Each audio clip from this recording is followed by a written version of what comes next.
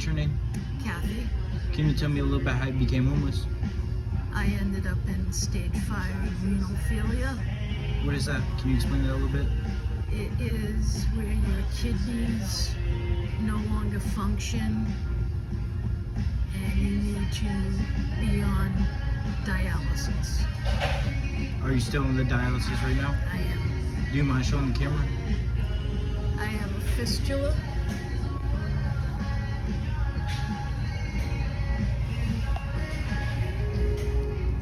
I have a catheter. And I also have a pedo tube in my belly for home dialysis. But right now, because I'm homeless, I go to a clinic. So do you have a plan on how you're gonna start getting some money? Working on that. Every day it's just survival. Survival, can you explain how your everyday survival is? I have to go to dialysis 3 days a week, and I have to make it a point to do that because obviously the alternative is, death. Yeah. And as far as getting on a transplant, I've had a heart attack.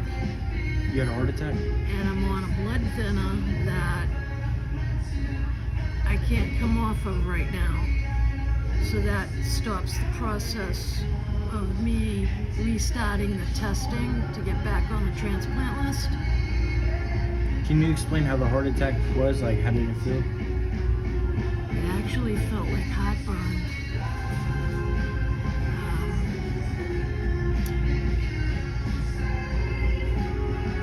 It was very strange. I almost passed out. I was seeing stars. I couldn't breathe. It felt like it really did feel like heartburn, and that's what I thought it was until EMS showed up and did the EKG, and they just rushed me right to the hospital. So where'd you go after you got out of the hospital? At that point, I did have an apartment. I was living in Nicholasville. What happened to your apartment? Couldn't afford it anymore. Do you have plans on getting your apartment back?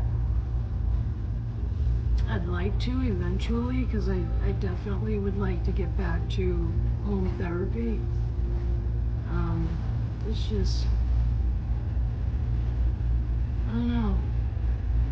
And can you explain like how your everyday survival is of getting money, where you sleep and stuff like that? I sleep outside. I personally, my situation is a little different than a lot of people out here because I don't have addictions and I don't need to fly a sign to make money. I am on government assistance, but it's not very much. So can you explain for the video what government assistance is? SSI. Like, can you explain what they do?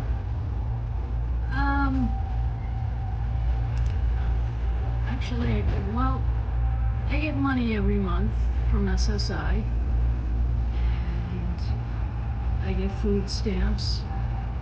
Not a whole lot, but, when you don't need much, it doesn't take much. Yeah. And again, I don't drink, I don't do drugs.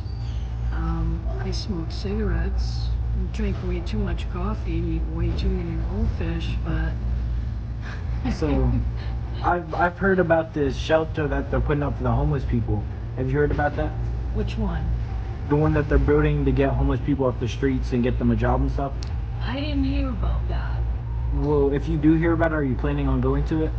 Well, probably not. They're not as nice as people think they are. Quite honestly, I prefer to be where I am. To me, it's much safer.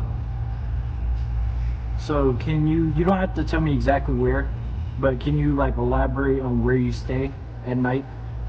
And throughout the day? Like, is it parks? Is it like bushes? Is it stores? No, I stay in the woods. And I do have things to do. I do laundry, I do my shopping. I do things that everybody does on a normal day-to-day basis. It's just I don't have a home. Doesn't make it any different. I still have things to do. Well, can you tell for like the people, like, you know how people are always like against homeless people? Have you ever met those kind of people? Yeah. Can you elaborate like what it's like coming across people that's against homeless people? I've been fortunate. I've come across one or two.